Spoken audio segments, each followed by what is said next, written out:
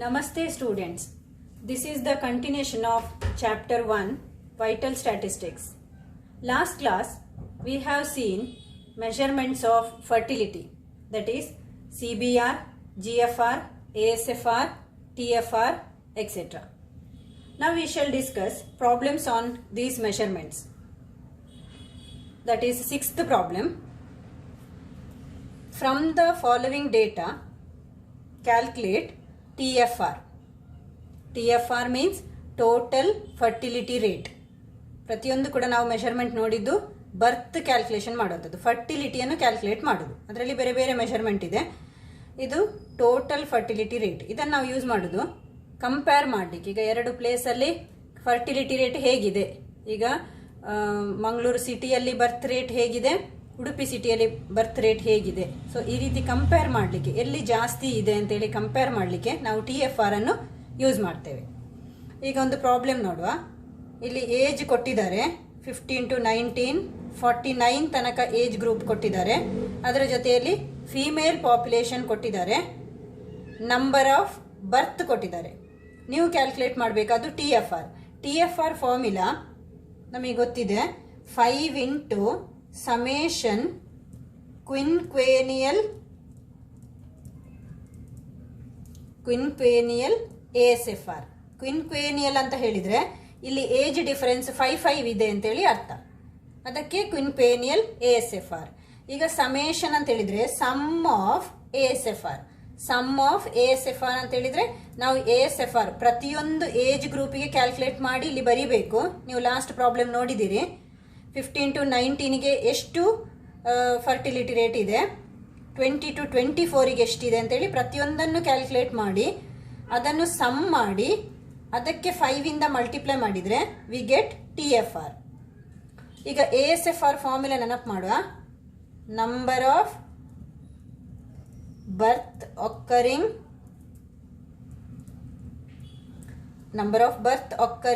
in specified age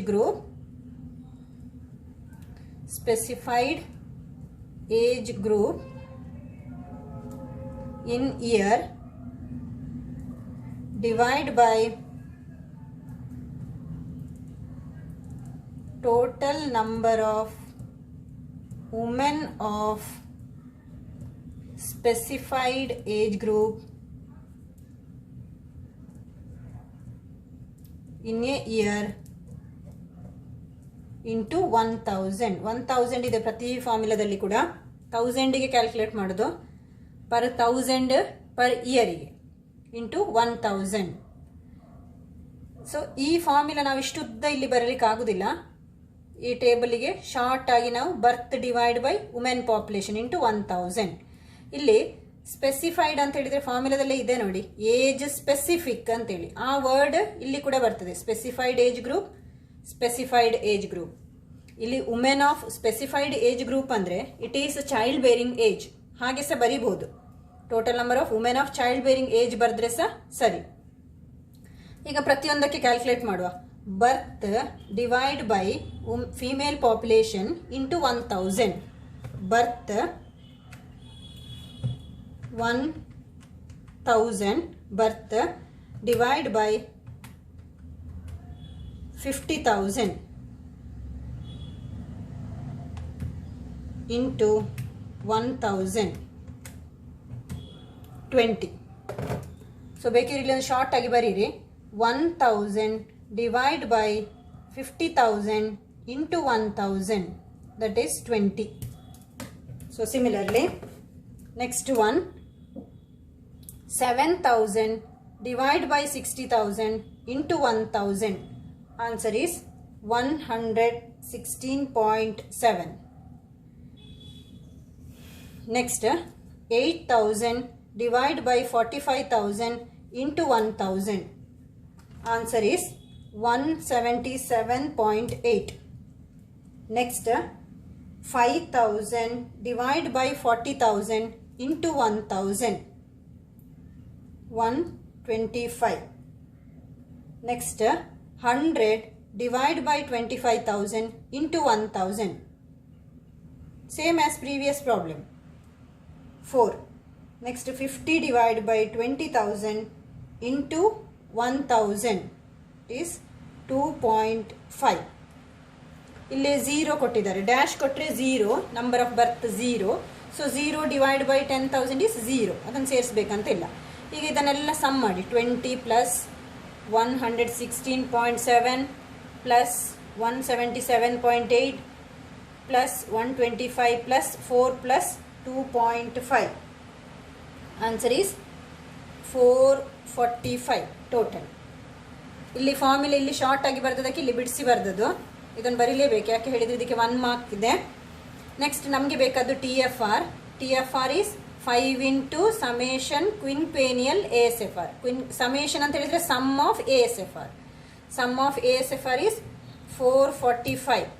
So 5 into, ಇದು ಫಾರ್ಮುಲಾದಲ್ಲಿ 5 fixed, ಇದು 5 into 445 is 2230.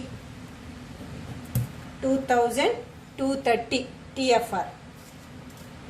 ಹಾಗಾದರೆ ಟಿ ಎಫ್ ಆರ್ ಕ್ಯಾಲ್ಕುಲೇಟ್ ಮಾಡೋದು, A S F R find out ಮಾಡಿ ಅದನ್ನು ಸಮ್ ಮಾಡಿ ಅದಕ್ಕೆ 5 ಮಲ್ಟಿಪ್ಲೈ ಮಾಡಿದರೆ ನಮಗೆ ಟಿ ಎಫ್ ಆರ್ ಸಿಗ್ತದೆ. ಈಗ ಟಿ ಎಫ್ ಆರ್ ಅನ್ನು ಯೂಸ್ ಮಾಡೋದು ನಾವು ಕಂಪೇರ್ ಮಾಡಲಿಕ್ಕೆ, ಎರಡು ಸಿಟಿಯಲ್ಲಿ ಅಥವಾ 2 ವಿಲೇಜಲ್ಲಿ ಅಥವಾ 2 ಕಮ್ಯುನಿಟಿಯಲ್ಲಿ ಫರ್ಟಿಲಿಟಿ ರೇಟ್ ಹೇಗಿದೆ ಅಂತೇಳಿ ಕಂಪೇರ್ ಮಾಡಲಿಕ್ಕೆ we use T F R. So ಅಂಥದ್ದೊಂದು ಪ್ರಾಬ್ಲಮ್ ನೋಡುವ.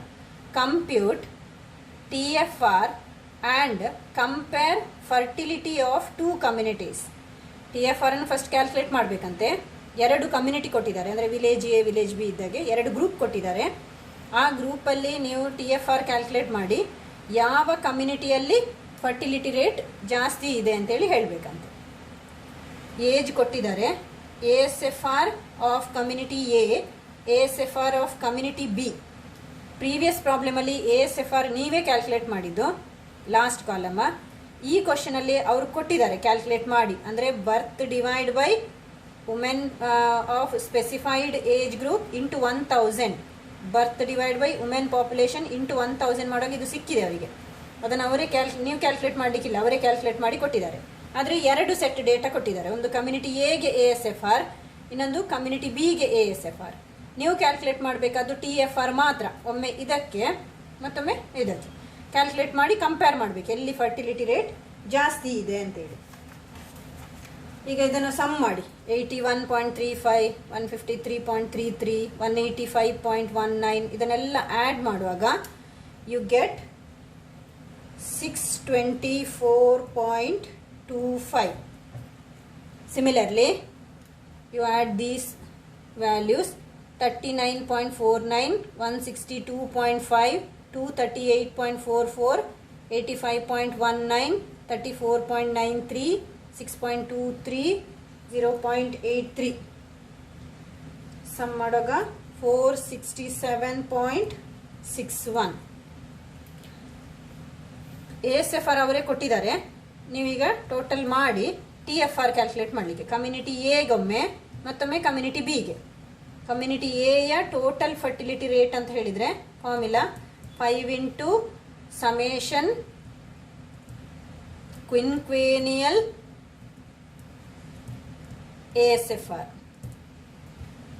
ಸೊ 5 is fixed ಎಲ್ಲ ಫಾರ್ಮುಲಾದಲ್ಲಿ. ಈ ಟಿ ಎಫ್ ಆರ್ ಕ್ಯಾಲ್ಕುಲೇಟ್ ಮಾಡುವಾಗ ಪ್ರತಿ ಪ್ರಾಬ್ಲಮ್ ಅಲ್ಲಿ ಸಹ we use 5 because the difference of age is 5. 5 into sum of ASFR 624.25. Answer 624.25 is 3121.25. Multiply ಮಾಡಿದರೆ ಆಯಿತು. ಈಗ ಕಮ್ಯುನಿಟಿ ಬಿಗೆ T F R 5 into summation, same formula, quinquennial ASFR ಅಂದರೆ ASFR ನ total sum of ASFR. Sum of ASFR community B ಯ ASFR ನ total is 467.61. Answer is 2338.05. ಈಗ compare ಮಾಡಿ ಫರ್ಟಿಲಿಟಿ ರೇಟ್ ಯಾವುದರಲ್ಲಿ ಜಾಸ್ತಿ ಇದೆ, ಇದರಲ್ಲಿಯ. ಇದು 3000, ಇದು 2000 ಅಲ್ಲಿ ಇದೆ. ಸೊ ಈ ಕಮ್ಯುನಿಟಿ ಎ ಅಲ್ಲಿ, ಈ ಗ್ರೂಪಲ್ಲಿ, ಈ ಕಮ್ಯುನಿಟಿಯಲ್ಲಿ ಬರ್ತ್ ಜಾಸ್ತಿ ಇದೆ. ಸೊ ಕನ್ಕ್ಲೂಷನ್, ಕಮೆಂಟ್ ಬರೆಯುವುದು, ಕಮೆಂಟ್ ಅಥವಾ conclusion. fertility rate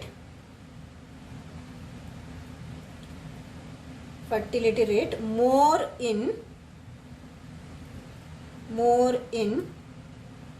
community, fertility rate is more in community A ಅಂತೇಳಿ ಕಮೆಂಟ್ ಬರಬೇಕು. ಕಮೆಂಟ್ ಇಲ್ಲಿ ಅಂದರೆ ಕಂಪೇರ್ ಫರ್ಟಿಲಿಟಿ ಆಫ್ 2 ಕಮ್ಯುನಿಟೀಸ್ ಅಂತ ಕ್ವಶನ್ ಅಲ್ಲಿ ಕೇಳಿದ್ದಾರೆ. ಸೊ ನೀವು ಕನ್ಕ್ಲೂಷನ್ ಬರಿಬೇಕು. ಕನ್ಕ್ಲೂಷನಿಗೆ 1 ಮಾರ್ಕ್ ಇದೆ, ಮತ್ತೆ ಈ ಫಾರ್ಮುಲಾಕ್ಕೆಲ್ಲ 1 ಮಾರ್ಕ್ ಇದೆ. ಗೊತ್ತಾಯ್ತಲ್ಲ, ಫಾರ್ಮುಲಾ ನೆನಪಲ್ಲಿ ಬರಿಬೇಕು. ಕಂಪೇರ್ ಅಥವಾ ಕಮೆಂಟ್ ದ ರಿಸಲ್ಟ್ ಅಂತ ಕೇಳಿದ್ರೆ ಕನ್ಕ್ಲೂಷನ್ ಅನ್ನು ಲಾಸ್ಟಿಗೆ ಬರಿಬೇಕು. 1 ಮಾರ್ಕ್ ಇದೆ ಅದಕ್ಕೆ.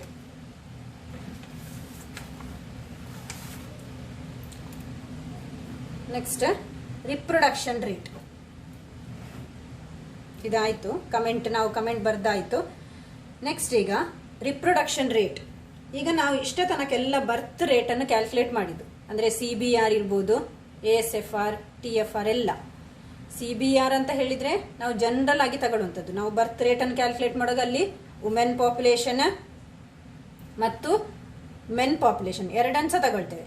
ನೆಕ್ಸ್ಟ್ ನಾವು ಉಳಿದದ್ದು GFR ಇರ್ಬೋದು, ASFR ಇರ್ಬೋದು, ವುಮೆನ್ ಪಾಪ್ಯುಲೇಷನ್ 15 to 49 ಇಯರ್ಸ್ ವರೆಗೆ ಮಾತ್ರ ನಾವು ಮಹಿಳೆಯರ ಟೋಟಲ್ ಅನ್ನು ತಗೊಂಡದ್ದು.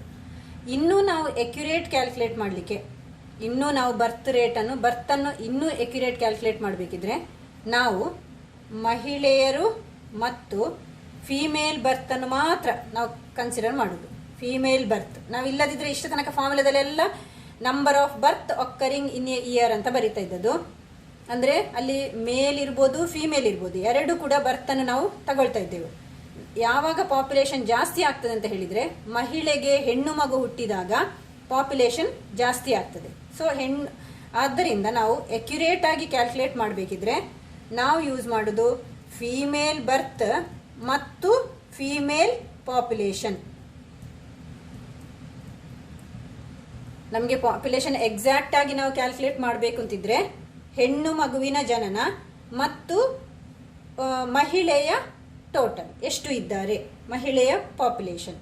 ಸೊ ಇದನ್ನು ನಾವು ಅಕ್ಯುರೇಟ್ ಆಗಿ ಕ್ಯಾಲ್ಕುಲೇಟ್ ಮಾಡಿದರೆ ನಮಗೆ ಅಕ್ಯುರೇಟ್ ರೇಷಿಯೋ ಸಿಗ್ತದೆ. ನಮಗೆ ಎಷ್ಟು ಬರ್ತ್ ರೇಟ್ ಹೇಗಿದೆ, ಒಂದು ಏರಿಯಾದ ಬರ್ತ್ ರೇಟ್ ಹೇಗಿದೆ ಅಂತ ಹೇಳಿದರೆ ಆ ಏರಿಯಾದಲ್ಲಿರುವ ಹೆಣ್ಣು ಮಕ್ಕಳ ಬರ್ತ್ ಅದನ್ನು ನಾವು ಎಕ್ಸಾಕ್ಟ್ ಆಗಿ ತಗೊಳ್ತೇವೆ. ಸೊ ರಿಪ್ರೊಡಕ್ಷನ್ ರೇಟ್ ಅಂತ ಹೇಳಿದರೆ ಅದರಲ್ಲಿ 2 ಟೈಪ್ ಇದೆ. ಒಂದು ಗ್ರಾಸ್ ರಿಪ್ರೊಡಕ್ಷನ್ ರೇಟ್. ರಿಪ್ರೊಡಕ್ಷನ್ ಅಂತ ಹೇಳಿದರೆ ಮಗು ಜನಿಸುವುದು, ಗ್ರಾಸ್ ರಿಪ್ರೊಡಕ್ಷನ್ ರೇಟ್. ಇನ್ನೊಂದು ನೆಟ್ ರಿಪ್ರೊಡಕ್ಷನ್ ರೇಟ್. ನಾವು ಅಕ್ಯುರೇಟ್ ಆಗಿ ಬರ್ತ್ ರೇಟ್ ಅನ್ನು ಕ್ಯಾಲ್ಕುಲೇಟ್ ಮಾಡಲಿಕ್ಕೆ ಈ 2 ಮೆಷರ್ಮೆಂಟ್ ಅನ್ನು ಯೂಸ್ ಮಾಡ್ತೇವೆ. ಒಂದು ಗ್ರಾಸ್ ರಿಪ್ರೊಡಕ್ಷನ್ ರೇಟ್, ಇನ್ನೊಂದು ನೆಟ್ ರಿಪ್ರೊಡಕ್ಷನ್ ರೇಟ್. ಅದರಲ್ಲಿ ಗ್ರಾಸ್ ರಿಪ್ರೊಡಕ್ಷನ್ ರೇಟ್ ಅಂತ ಹೇಳಿದರೆ ನಾವು ಮಹಿಳೆಯ ಜನನ, ಹೆಣ್ಣು ಮಗುವಿನ ಜನನ ಮತ್ತು ಆ ಏರಿಯಾದಲ್ಲಿರುವ ಮಹಿಳೆಯರು ಇದನ್ನು ನಾವು ತಗೊಳ್ತೇವೆ.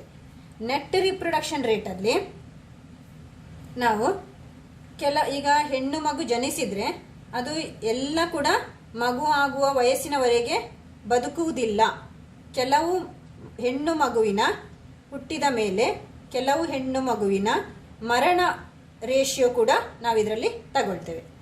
ಎಲ್ಲ ಹೆಣ್ಣು ಮಕ್ಕಳು ಅವರ ಚೈಲ್ಡ್ ಬೇರಿಂಗ್ ಏಜ್ ಇದೆಯಲ್ಲ 15 to 49 ಇಯರ್ಸ್, ಇದು ಮಕ್ಕಳಾಗುವ ವಯಸ್ಸು. ಈ ವಯಸ್ಸಿಗಿಂತ ಮೊದಲೇ ಕೆಲವು ಹೆಣ್ಣು ಮಕ್ಕಳು ಡೆತ್ ಆಗ್ತದೆ, ಅದನ್ನು ನಾವಿಲ್ಲಿ ತಗೊಳ್ತೇವೆ. ಅಂದರೆ ಬದುಕುವ ಸಾಧ್ಯತೆ ಪರ್ಸೆಂಟೇಜ್ ಕೂಡ ನಾವು ಕನ್ಸಿಡರ್ ಮಾಡ್ತೇವೆ. ಸೊ ಗ್ರಾಸ್ ರಿಪ್ರೊಡಕ್ಷನ್ ರೇಟ್ ಅಂತ ಹೇಳಿದರೆ ನಾವೇನು ಕ್ಯಾಲ್ಕುಲೇಟ್ ಮಾಡ್ತೇವೆ, ಈ ಹೆಣ್ಣು ಮಗುವಿನ ಜನನ ಮತ್ತು ಮಹಿಳೆಯ ಟೋಟಲ್ ಇಂಟು 1000 ಮಾಡಿದರೆ ನಮಗೆ ವುಮೆನ್ ಸ್ಪೆಸಿಫಿಕ್ ಫರ್ಟಿಲಿಟಿ ರೇಟ್ ಸಿಗ್ತದೆ. ವುಮೆನ್ ಸ್ಪೆಸಿಫಿಕ್ ಫರ್ಟಿಲಿಟಿ ರೇಟ್ ನಾವು ಕ್ಯಾಲ್ಕುಲೇಟ್ ಮಾಡಿ ಅದಕ್ಕೆ ಇಂಟು 5 ಮಾಡಿದರೆ ನಮಗೆ ಗ್ರಾಸ್ ರಿಪ್ರೊಡಕ್ಷನ್ ರೇಟ್ ಸಿಗ್ತದೆ. ನೆಟ್ ರಿಪ್ರೊಡಕ್ಷನ್ ರೇಟಲ್ಲಿ ನಾವು ಕೆಲವು ಮಹಿಳೆಯರು ಮಾತ್ರ ಬದುಕ್ತಾರೆ, 15 to 49 ಇಯರ್ಸ್ನವರೆಗೆ ಕೆಲವು ಮಹಿಳೆಯರು ಮಾತ್ರ ಬದುಕ್ತಾರೆ ಎನ್ನುವಂಥ ಒಂದು ಎಕ್ಸಾಕ್ಟ್ ಕ್ಯಾಲ್ಕುಲೇಷನ್ ಅನ್ನು ತಗೊಂಡು ನಾವು ಈ ನೆಟ್ ರಿಪ್ರೊಡಕ್ಷನ್ ರೇಟನ್ನು ಕ್ಯಾಲ್ಕುಲೇಟ್ ಮಾಡ್ತೇವೆ.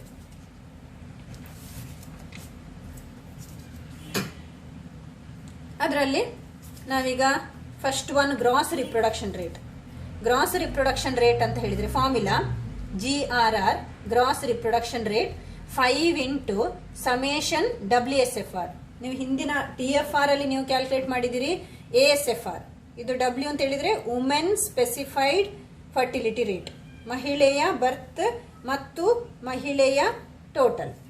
ನೋಡಿ WSFR ಅಂತ ಹೇಳಿದರೆ female birth divide by female population into 1000. ಇದರ ಪ್ರಾಬ್ಲಮ್ಸ್ ಈಸಿ ಇದೆ. ಅಂದರೆ ನೀವೀಗ GRR ಕ್ಯಾಲ್ಕುಲೇಟ್ ಮಾಡಿ ಅಂತ ಹೇಳಿದರೆ ಫಸ್ಟ್ ನೀವೊಂದು ಕಾಲಮ್ ASFR ಮಾಡಿದ ಹಾಗೆ WSFR ಒಂದು ಕಾಲಮ್ ಮಾಡಬೇಕು. ಆಗ ಮಾಡಿದ ಹಾಗೆ ಅದಕ್ಕೆ ಇಂಟು 5 ಮಾಡಿದರೆ ನಿಮಗೆ GRR ಸಿಗ್ತದೆ. Next net reproduction rate, second one. Net reproduction ರೇಟಲ್ಲಿ ನಾವೊಂದು ಸರ್ವೈವಲ್ ರೇಷಿಯೋ ಅಂತೇಳಿ ಕೊಡ್ತಾರೆ. Average number of female birth to a female if she passed through her lifetime to age specific fertility rate and mortality rate.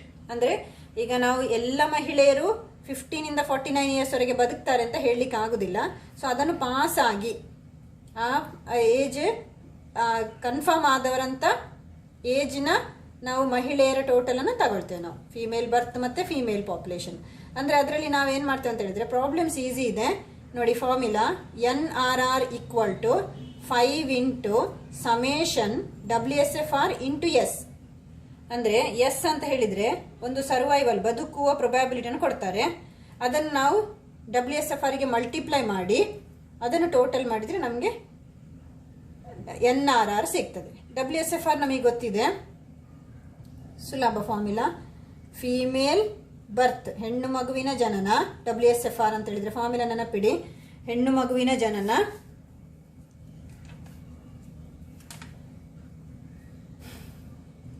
Female population, ಮಹಿಳೆಯರ total ಮತ್ತು ಹೆಣ್ಣು ಮಗುವಿನ ಜನನ into 1000.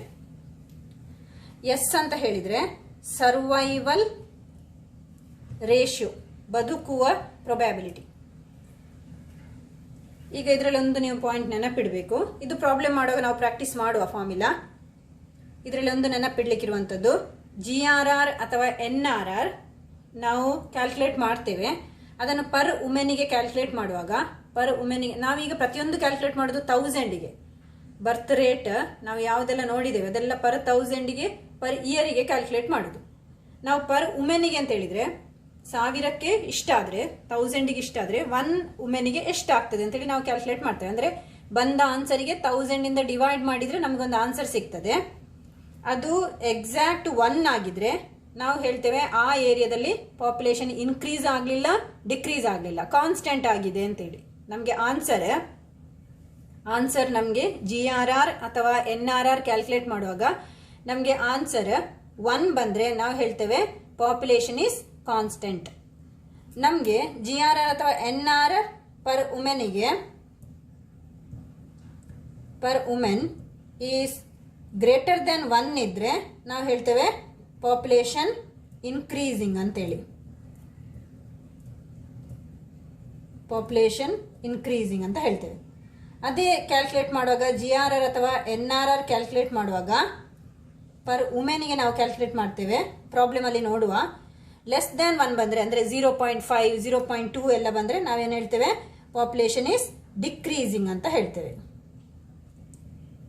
Exact 1 ಬಂದರೆ ಆ ಏರಿಯಾದಲ್ಲಿ ಪಾಪ್ಯುಲೇಷನ್ ಕಾನ್ಸ್ಟೆಂಟ್ ಆಗಿದೆ. 1ಗಿಂತ ಜಾಸ್ತಿ ಬಂದರೆ ಆ ಏರಿಯಾದಲ್ಲಿ ಪಾಪ್ಯುಲೇಷನ್ ಜಾಸ್ತಿ ಇದೆ, ಇನ್ಕ್ರೀಸಿಂಗ್ ಅಂತ ಹೇಳ್ತೇವೆ. ಅಥವಾ ಪಾಪ್ಯುಲೇಷನ್ ವ್ಯಾಲ್ಯೂ ಕಮ್ಮಿ ಬಂದರೆ ನಾವು ಹೇಳ್ತೇವೆ ಪಾಪ್ಯುಲೇಷನ್ ಈಸ್ ಡಿಕ್ರೀಸಿಂಗ್ ಅಂತ ಹೇಳ್ತೇವೆ. ಈಗ ಒಂದು ಪ್ರಾಬ್ಲಮ್ ನೋಡುವ. Compute gross reproduction rate from the following data. ಇದು ಸಹ ನೀವು ಆಗ ಮಾಡಿದ ಹಾಗೆ ಇಂಪಾರ್ಟೆಂಟ್ ಮಾತ್ರ. GRR NRR ಒಟ್ಟಿಗೆ ನಿಮಗೆ 10 ಮಾರ್ಕ್ಸ್ಗೆ ಕೇಳ್ತಾರೆ. Easy problem. Compute gross reproduction rate from the following data. Age ಕೊಟ್ಟಿದ್ದಾರೆ, ಫೀಮೇಲ್ ಪಾಪ್ಯುಲೇಷನ್ ಕೊಡ್ತಾರೆ ಮತ್ತು ಫೀಮೇಲ್ ಬರ್ತ್ ಕೊಡ್ತಾರೆ. ನೀವು GRR ಕ್ಯಾಲ್ಕುಲೇಟ್ ಮಾಡಲಿಕ್ಕೆ ಫಸ್ಟ್ WSFR ಫಾರ್ಮುಲಾ ನಾವು ಜಸ್ಟ್ ನೋಡಿ ಆಯಿತು, ಸುಲಭ ಫಾರ್ಮುಲಾ. ಫೀಮೇಲ್ ಬರ್ತ್, ಈ ಫಾರ್ಮುಲಾದಲ್ಲಿ ಫೀಮೇಲ್ ಅಂತ ಹಾಕ್ತೇವೆ ನೋಡಿ, ನಾವು ಹಿಂದಿನ ಪ್ರಾಬ್ಲಮಲ್ಲಿ number of birth occurring in a year ಅಂತ ಹಾಕಿದೆ ಎಲ್ಲದಕ್ಕೆ ಸಹ. ಆಗ ಅಲ್ಲಿ ಮೇಲ್ ಬೇಬಿ ಮತ್ತು ಫೀಮೇಲ್ ಬೇಬಿ ಎರಡನ್ನು ಕೂಡ ನಾವು ಕನ್ಸಿಡರ್ ಮಾಡಿದ್ದೇವೆ. ಈಗ ಇದರಲ್ಲಿ ಫೀಮೇಲ್ ಬೇಬಿಯನ್ನು ಮಾತ್ರ ಕನ್ಸಿಡರ್ ಮಾಡೋದು. Female birth divide by female population ಅಂದರೆ ಮಹಿಳೆಯ ಟೋಟಲ್ ಇಂಟು 1000. ಈ ಫಾರ್ಮುಲೆಯಲ್ಲಿ ಶಾರ್ಟ್ ಆಗಿ ಬರೆಯುವ. Female birth divide by female population into 1000. So 189 divide by 15,580. Answer is 189 divide by 15,580 into 1000 ಮಾಡಿದರೆ ನಮಗೆ 12.13. ಸಿಮಿಲರ್ಲಿ 711 ಡಿವೈಡ್ ಬೈ 11,120 ಇಂಟು 1000 ಮಾಡಿದರೆ 63.93. 711 divide by 20 into 1000 63.93. Next 969 divide by 15,950 60.75. Next 642 divide by 16,290 39.41 into 1000 ಮಾಡಲಿಕ್ಕಿದೆ. 349 divide by 16,270 into 1000 21.45. 108 divide by 15,220 is 7.09. Next 8 divide by 14,010 into 1000 0.57 into 1000 ಮಾಡಿ calculate ಮಾಡಿದರೆ ನಮಗೆ ನಾವು ಆಗ ASFR ಮಾಡಿದ ಹಾಗೆ, ಆದರೆ ಇಲ್ಲಿ ತಗೊಳ್ಳೋದು ನಾವು ಫೀಮೇಲ್ ಬರ್ತ್ ಮಾತ್ರ. Female birth divide by female population. ಅಲ್ಲಿ ನಿಮಗೆ ಫೀಮೇಲ್ ಅಂತ ಇರುವುದಿಲ್ಲ ಆ ಕ್ವಶನಲ್ಲಿ, ಬರ್ತ್ ಅಂತ ಮಾತ್ರ ಇರ್ತದೆ. ಇದನ್ನೆಲ್ಲ ಸಮ್ ಮಾಡಿ 12.13 63.93 ಎಲ್ಲವನ್ನು ಆ್ಯಡ್ ಮಾಡಿ ಆನ್ಸರ್ ಇಸ್ 205.33 ಸಮ್ ಮಾಡುವಾಗ.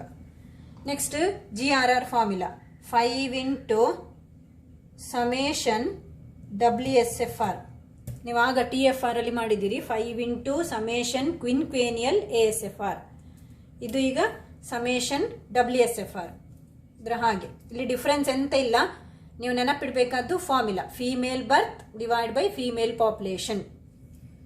ಸೊ 205.33 ಆನ್ಸರ್ 1026.65 ನಿಮಗೆ ಆನ್ಸರ್ ಸಿಗ್ತದೆ. ಈಗ ನಾವು ಕನ್ಕ್ಲೂಷನ್ ಬರಿಬೇಕು ಇದಕ್ಕೆ. ಪಾಪ್ಯುಲೇಷನ್ ಇನ್ಕ್ರೀಸ್ ಆಗಿದ, ಡಿಕ್ರೀಸ್ ಆಗಿದ, ಕಾನ್ಸ್ಟೆಂಟ್ ಇದೆಯಾ ಅಂತೇಳಿ. ಈ ವ್ಯಾಲ್ಯೂಗೆ ಬಂದ ಆನ್ಸರಿಗೆ ಡಿವೈಡ್ 1000 ಮಾಡಿ. 1000 ಮಾಡುವಾಗ ಅದು 1.026 1026.65 divide by 1000 1.02665. ಸೊ 1ಗಿಂತ ಜಾಸ್ತಿ ಇದೆ, ಇಟ್ ಈಸ್ ಗ್ರೇಟರ್ ದೆನ್ 1. ಆಗ ನೀವು ಕಂಡೀಷನ್ ಬರೆದಿದ್ದೀರಿ. ಒಂದಕ್ಕಿಂತ ಜಾಸ್ತಿ ಇದ್ರೆ population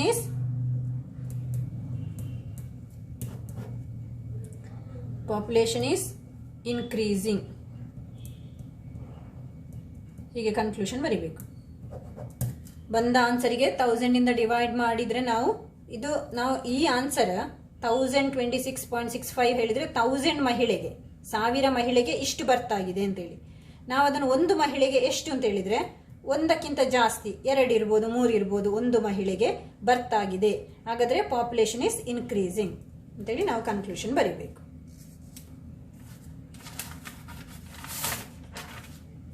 Enough for today. We shall discuss more problems in the next class. Thank you.